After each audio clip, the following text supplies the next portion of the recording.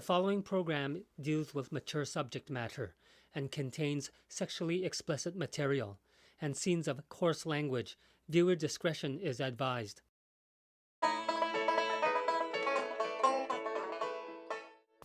As a basis for my show, I quote the psychology of famous authors like Sigmund Freud and Carl Jung.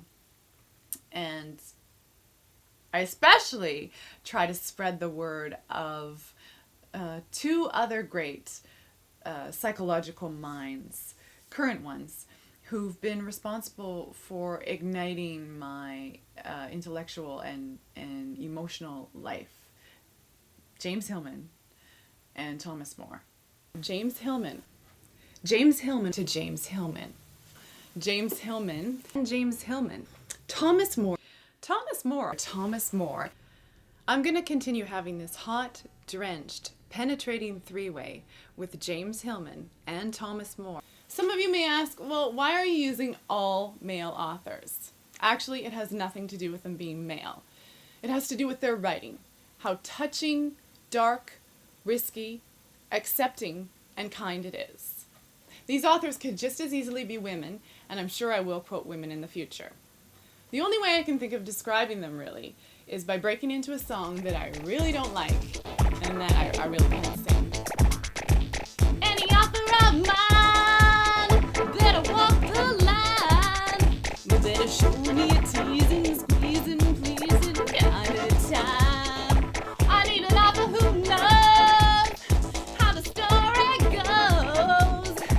Better be a fine dream, heartbeat, earthquake, and earth-shaking kind. And if I change my mind a million times, I wanna hear him say, yeah, I like it that way. That's what these authors do. They make you go, what? They say things you need to finally hear that no one else has the balls to say. I first got the concept for Loser's Advocate about 10 years ago when I was like 24, 25. The big word used to describe people at that time who were not cool was loser, and had been for years. Well, I've never felt quite cool in my whole life. I try to buy cool clothes and wear cool makeup, or hot clothes and hot makeup. And a lot of people that are cool seem to like being around me and my humor. But I've never quite made it through a day without falling short of cool.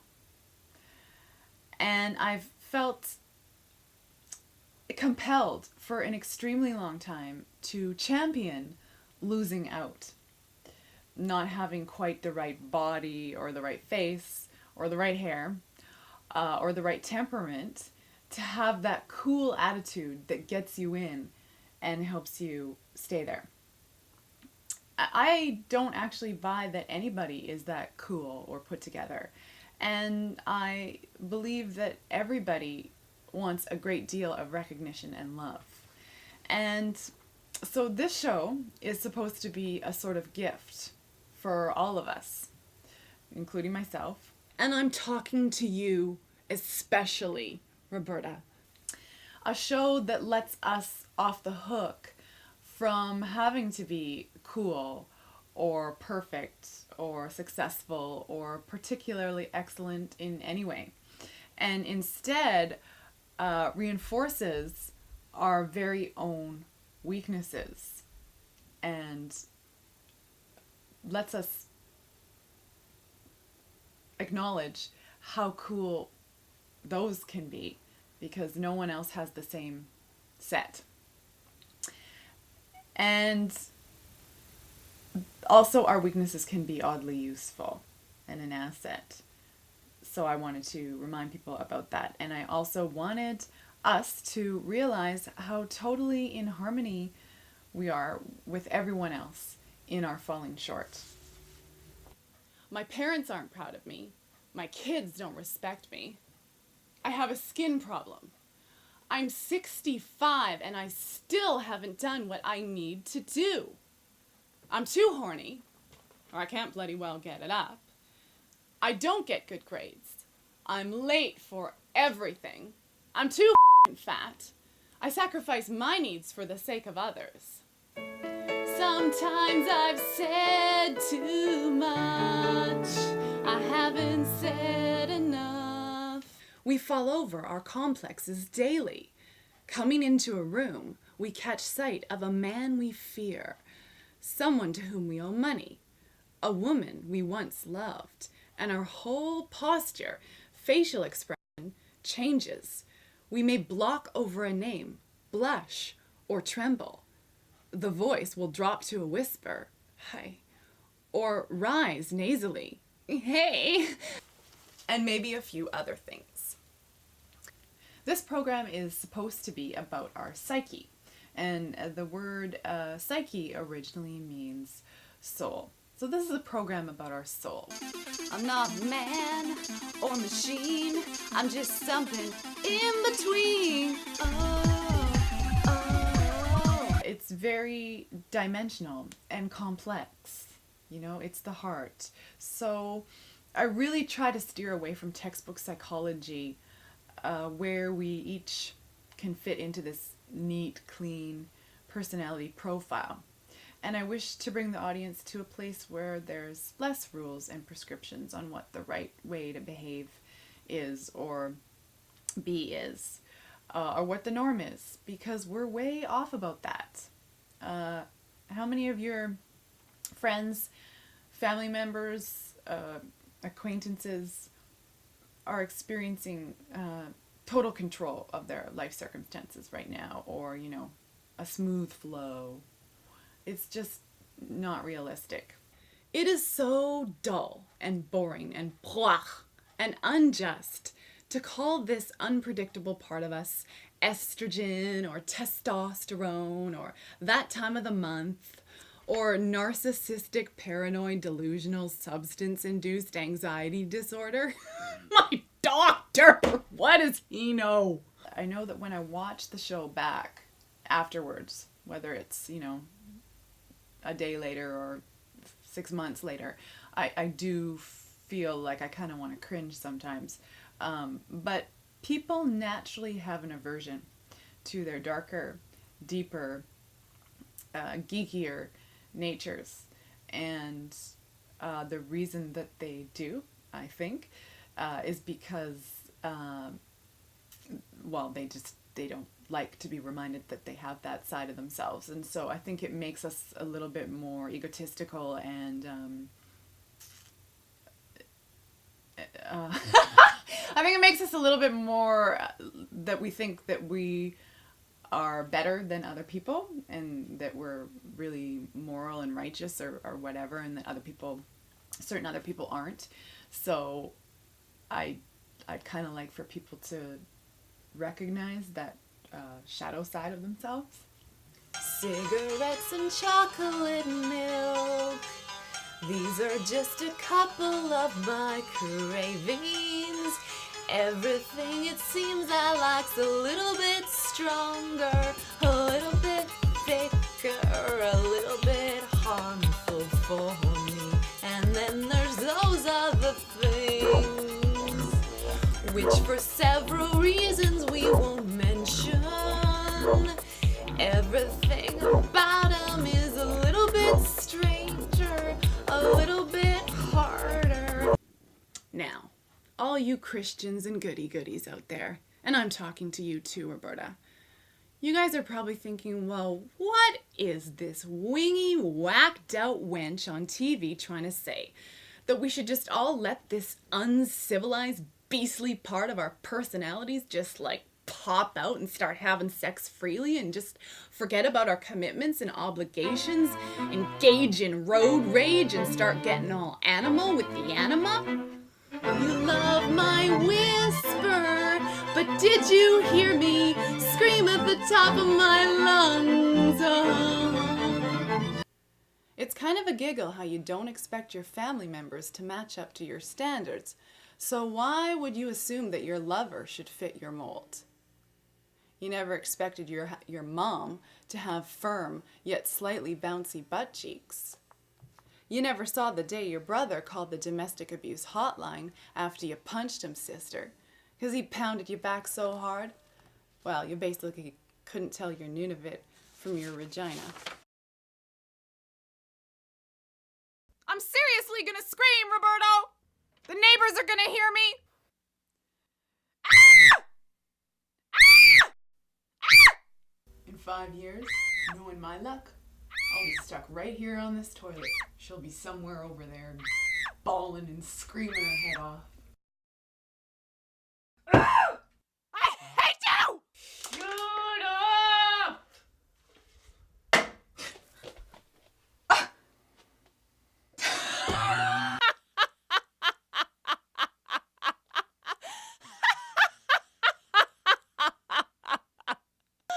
Oh my God, Roberto. I do have various personalities in different situations, and having multiple personalities in your character is really okay. It's good to be shy and outgoing, or to be smart and average and stupid. Think about it. It is. You're more understanding and you can relate more to different people, and your ego is not as high as it would be if you were this really in control, predictable, steady kind of person that's, judging other people who aren't. Some of my friends and acquaintances ask me, who is your target audience? University English and psychology students? They claim that the show is sort of deep or analytical, kind of complicated, a little bit nonsensical, and really odd. And they say that it could possibly only appeal to an alternative group of people. In fact, no, I don't aim for the show to be weird. Not a little weird, but not too weird. I don't want it to be lofty or really super out there. For anyone, my goal has always been to make the show at least somewhat gettable for anybody who would be flipping channels late in the evening. In fact, I'd actually be really happy to know that teenagers saw a little something in Loser's Advocate, because being an adolescent usually means that you experience some loss and some alienation. And, well, I don't know. I know that I sure did. And then there's those guys in high school. He said, you're really an ugly girl, but I like the way you play. And I died, but I thanked him. Can you believe it? Sick, sick, sick, holding on to his picture, dressing up every day. I get so pissed off when I'm next to that attitude that expects perfection. I mean, for example, who looks good in super low-waisted jeans bending over? We've all worn these jeans, and we've all been in a situation where our guts or our butts are hanging out, or we have, snot coming out of our schnozzes. And I'm really adamant about this, and I get angry when people aren't as understanding about this sort of stuff happening to people as I am. And that's what this scene is about here. I've had it up to here with expectations. So it's like that expression from that TV show in the late 80s or 90s that was called The Nanny. And she used to say, talk to the hand. Well, I'm like, talk to the armpits, okay? I'm just a girl, lucky me, Tweedledum, there's no comparison. Oh, I've had it up to, oh, I've had it up to, oh, I've had it up to here.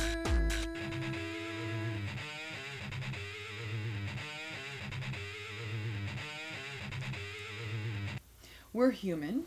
We all have beauty, yet at the same time, we have these very flawed personalities and bodies. And so we might as well encourage people when we can, not alienate them for not living up to some ideal. And I don't think a lot of us do that, but there's some thing out there, don't you find? Anyways, let's not go on being teenagers and being so judgmental after age 19 or 15 if possible. Of course, that doesn't mean you have to love everyone and be attracted to everyone and free everything and accept all behavior. But you know when your standards are unreasonable. So smarten up, or at least lighten up, and try to get some enjoyment out of imperfection, because that's sort of what we're all about here on this planet. In his essay, Marriage, Intimacy, Freedom, James... Oh, my stomach. No, it's mine! Oh, really? Yeah! Okay. So what is it? Is that gonna come up? Yeah, it is. So pick it up from in his book or essay, in his essay. Okay. It's always a pleasure to take the raw footage of the show and edit it into something more polished and professional. Adding the titles and the music adds drama and makes the show more of a spectacle, which I like a lot. Just make sure you don't tell on me, especially to members of your family.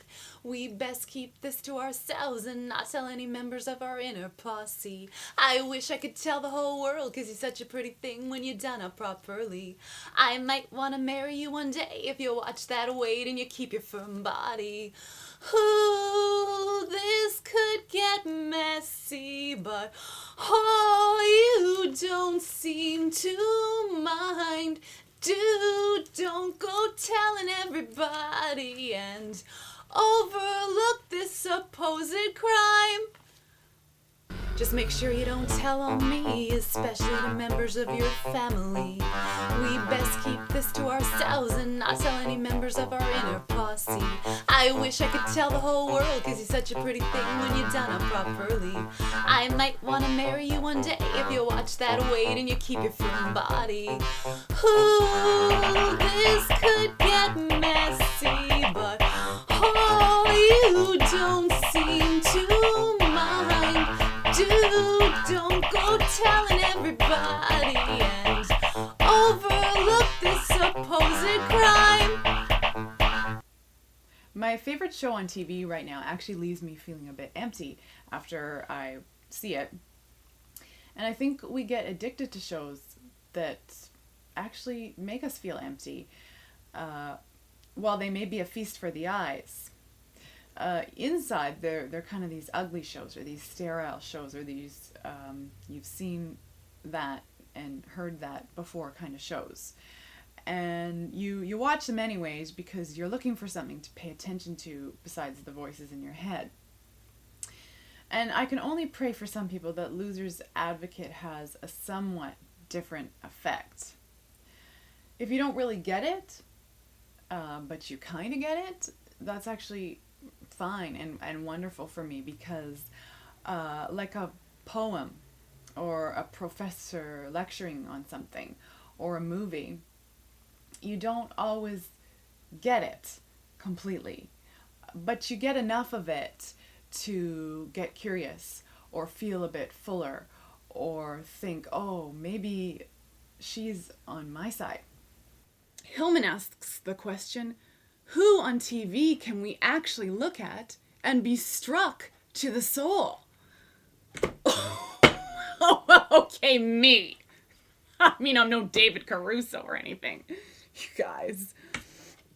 I wanted to do one show on love that would cover everything that I've ever experienced, heard about, read about, or could possibly fathom about love.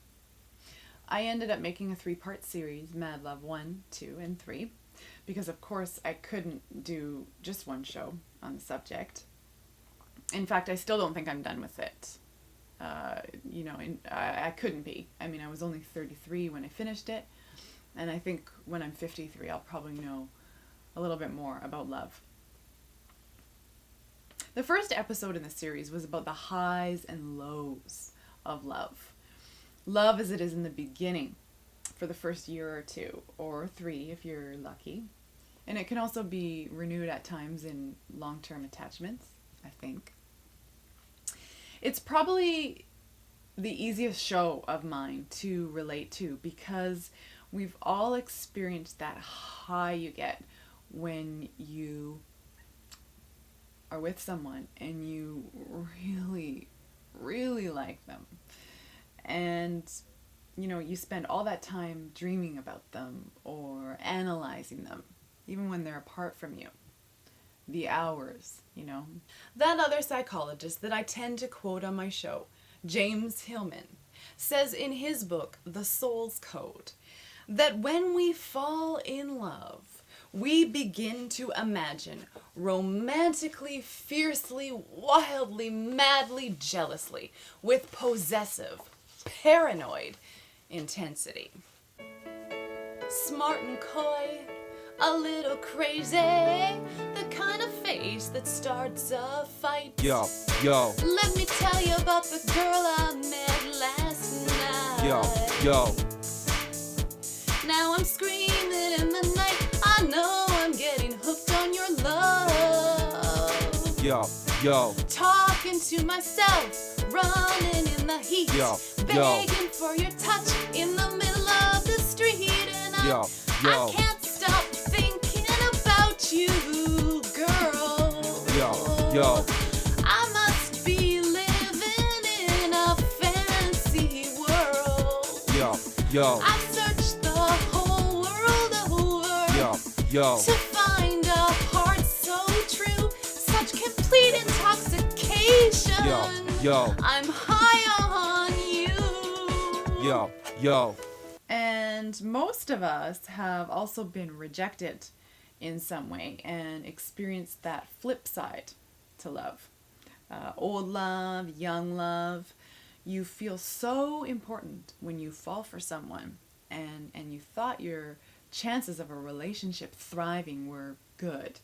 And then you realize that that person doesn't see you to be as important to them as they are to you, or as you thought you were to them. And maybe because something else takes priority or someone else is in the picture. All the world just stopped now. So you say you don't wanna stay together anymore. Let me take a deep breath, babe. If you need me, me and Neil will be hanging out with the Dream King.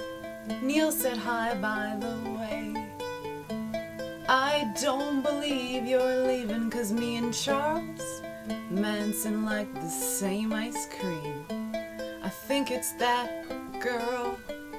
Mad Love 2 and 3 are more about how to be in a lasting love relationship without losing your individuality or completely sucking away the other person's. It's easy when you're having problems in the traffic or at work to come home and blame your loved one for all your hardships, because they love you. So, you know, they might take the blame. But obviously and eventually it's damaging to the relationship. So here I'm talking to a little puppet, a fluorescent light tube, about the possibility of blaming the wrong source, your partner, for life's sorrows.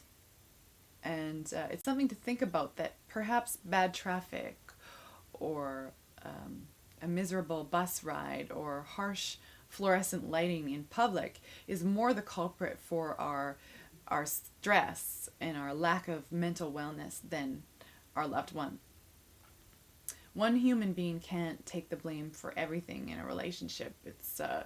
It's impossible. They'll crack under that load. So, are you saying then that a lot of my problems and my misery and my libido issues, whatever they may be, actually stem from you then, Mr. Light tube. Light Tube, right. Damn right they stem from me.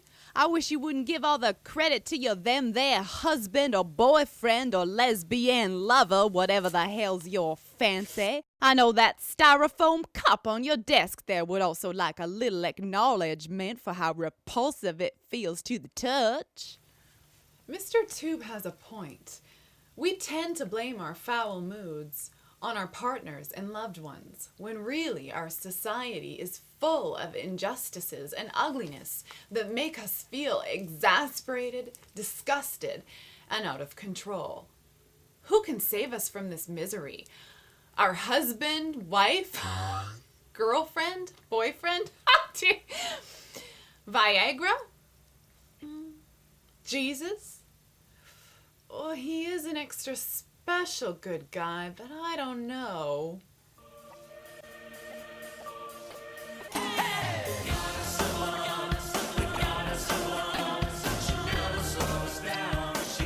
Oh! The second episodes in this series also focus more on sex and sensuality.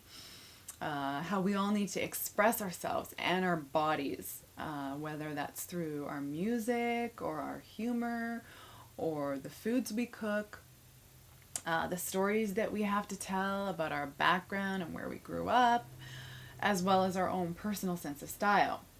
When there is that artistic element lacking in your relationship, sex can become a real drag, can become very lazy and full of misunderstanding, because you don't feel horny or passionate, or like you really want to move and be sexy when you don't feel like life is juicy. So how can you be motivated to be whatever? Sex becomes important, therefore, in order for our souls to show themselves off. Your particular shape and gestures and zest, your individual muscle and skin and your thrill, your distinctive fat and cellulite and humor, your characteristic hair patterns and wildness and scent. But aren't we exhausted to death from sex showing herself off? There's been phone sex, Sex in the City, internet sex, sex files, how to have great sex. Such a focus on twosomes, threesomes, moresomes, sex with Sue. My husband and I have sex 5 to 6 times a week. It's a very healthy relationship. Masturbation, an art or a science? Explaining all the right moves and evolution and what's hot and what's not is getting very old and unfit. With each and every one of us having a different DNA, why is it so rock hard to realize that each and every one of us has a different XXX?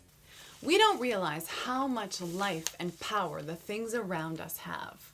Our lipsticks, gardens, tattoos, cars, clocks, even that juice that comes out of our garbage. How we really want to connect with some things, and we're really repelled by others. Then there's times in your life when sex becomes a bit of a joke and not even all that important, and that's just fine with you and your body because you would rather concentrate on other playful and important activities that can actually be just as enjoyable as sex, yet different.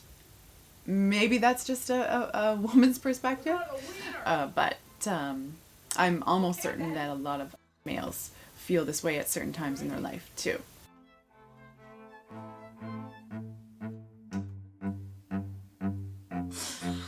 I always feel pretty badly for my camera guy. I have to go from the beginning of the paragraph again. Okay. I'm going to have to go back to the book and then the song. I'm going to have to go back to a book, sing the song again, and try and get this next paragraph right. You might as well just start at the beginning. And I really thank him for that. Thank you, Giles.